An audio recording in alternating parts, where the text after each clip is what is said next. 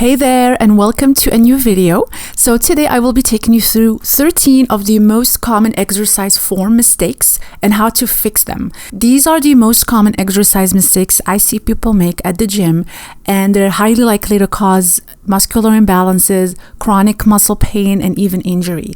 So if you want to work out safely for years to come and maintain a healthy, balanced body, you need to make sure that you know how to perform the most known or the fundamental exercises with proper form.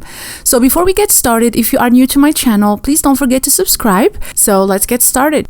The first exercise is the behind the neck lat pull downs. This position puts more stress on the shoulder joint because the joint is in a closed, packed position, and in this position the joint is compressed and it doesn't have a lot of room to move. The shoulder joint needs to be mobile, and to avoid injury, we want the joint to be placed in the loose, packed position. So a safer alternative is to place the load in front of your shoulders. This gives the joint ligaments more extensibility. So when you're pulling down, make sure that you pull the weight in front of you, not behind your neck. Number 2, the dumbbell rows. So the dumbbell row is a fantastic back strengthening exercise, but it's very easy to do it wrong. The first thing to avoid is placing your feet too close to the bench. You don't give your back enough space to extend, and you want to keep your back straight here and stable throughout this exercise. So your back will be rounding because there's not that much space. This is not a good position to be in as you add load to your back. So make sure that you first brace your core, keep your glutes engaged, and then you keep your back straight, and then you pull the weight up while keeping that proper form. Again, you don't want to release the brace here until you drop the weights down and then you come back up.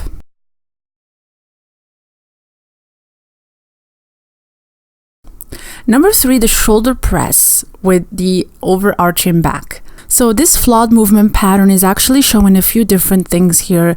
The first thing is the overactive latissimus dorsi, creating that exaggerated arch with the tight chest muscles and the tight hip flexor contributing to that anterior pelvic tilt. I will link to a few tutorials that I did on how to release the hip flexors, the latissimus dorsi. But in order to do this exercise properly, first, you need to engage your glutes. You want to make sure the weight is not traveling forward, but right above your shoulders, and then slowly lower back. And then you don't want to release the brace here again until you drop the weights and then you come back up. Next is the lateral raises with the palm facing down. When performing the shoulder lateral raises, as you move the weight up, you want to avoid keeping your hands facing down because this puts more stress on the shoulder joint. Instead, you want to externally rotate the hands slightly. So you want your thumb to be facing out as you're raising the weight up. So by externally rotating the shoulders, you're also activating the rotator cuff, which stabilizes the shoulder joint. I made a video recently on how to strengthen the rotator cuff and restore posture.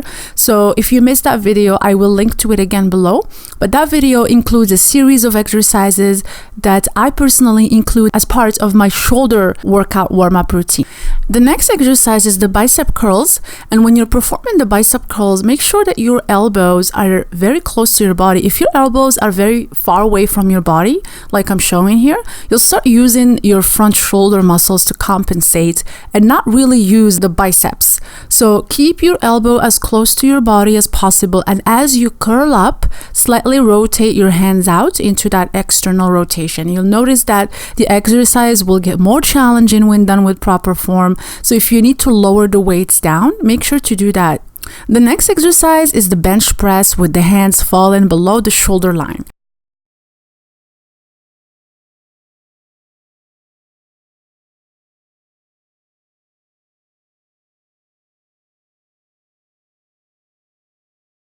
So to avoid shoulder impingement and injury, make sure that you first start with light weights.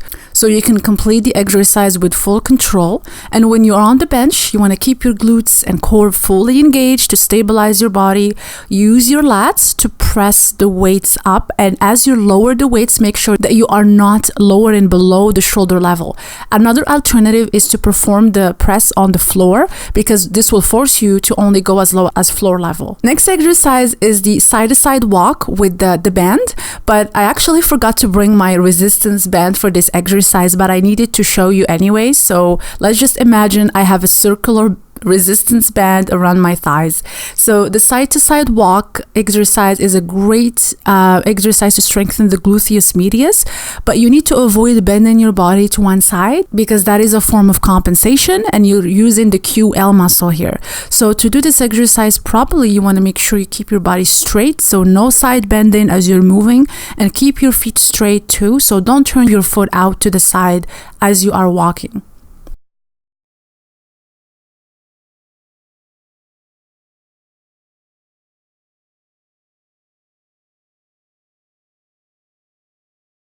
The next exercise is the squat. Notice if you have your knees coming inwards when you're squatting down, if your knees are rotating outwards, if your heels are elevating, if your back is rounding. So there are a few imbalances happening here. So if you notice any of these things happening, you should certainly not add any load until you fix them first. So make sure that you practice with your body weight first. I will link to a detailed post that I did on how to fix the squat form and also how to address these muscular imbalances. But when you are squatting, you want to keep your feet stable. Your knees are always following your feet as you are lowering your body down. Your back is straight, your core engaged, glutes engaged. Make sure to go as low as you can without sacrificing form. You can also use a stability ball against the wall or hold on to a heavy item in front of you to practice first. The next exercise is the lunge, and the 4 mistakes to avoid here when performing the lunge exercise is rounding the back and letting the knee travel past your foot. Whether you're doing the backward lunge or the forward lunge, the same thing applies. So you want to keep your back straight, make sure that the knee is not traveling past your foot, and you use your glutes and the front leg to get back up. So keep your core engaged to stabilize you as well. You can also focus on just an item in front of you or on the wall to help you stay stable. I notice when I'm looking around, I can easily lose stability. The deadlift is actually an amazing exercise that will help you pinpoint postural and muscular imbalances. It will also help you fix them. So when you're deadlifting, make sure that you're not rounding your back and avoid dropping the weights as you're rounding your back. A lot of people, when, during that last repetition, they just drop the weight and then they just round their backs and then they come back up.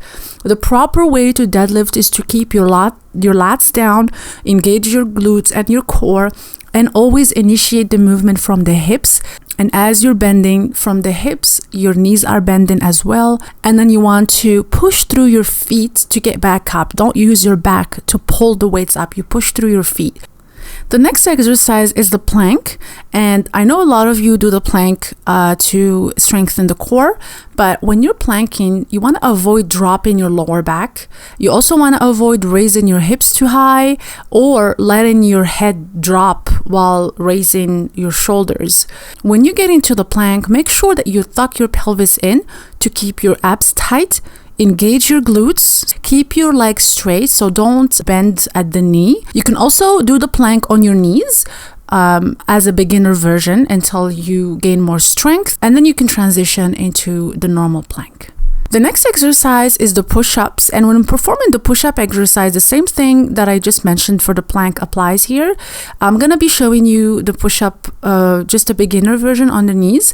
So when you are bringing your body down, make sure that your hands are right underneath your shoulders, and as you press up, avoid arching your back, because then you'll be using your lower back to get you back up, and you're not going to be using any of your chest, lats, and arms to get you back up. So you're compensating with your lower back. And if you don't have enough strength in your arms, you don't have to go very low if you are struggling to lift your body up. As you gain more strength, you'll be able to get all the way down.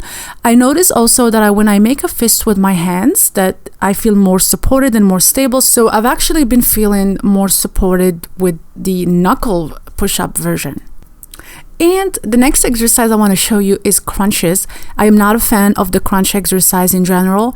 It's so easy to make this exercise even worse. Crunches promote that flexed back posture, and they don't really work the inner core, and you're more likely to just compensate with your hip flexors here.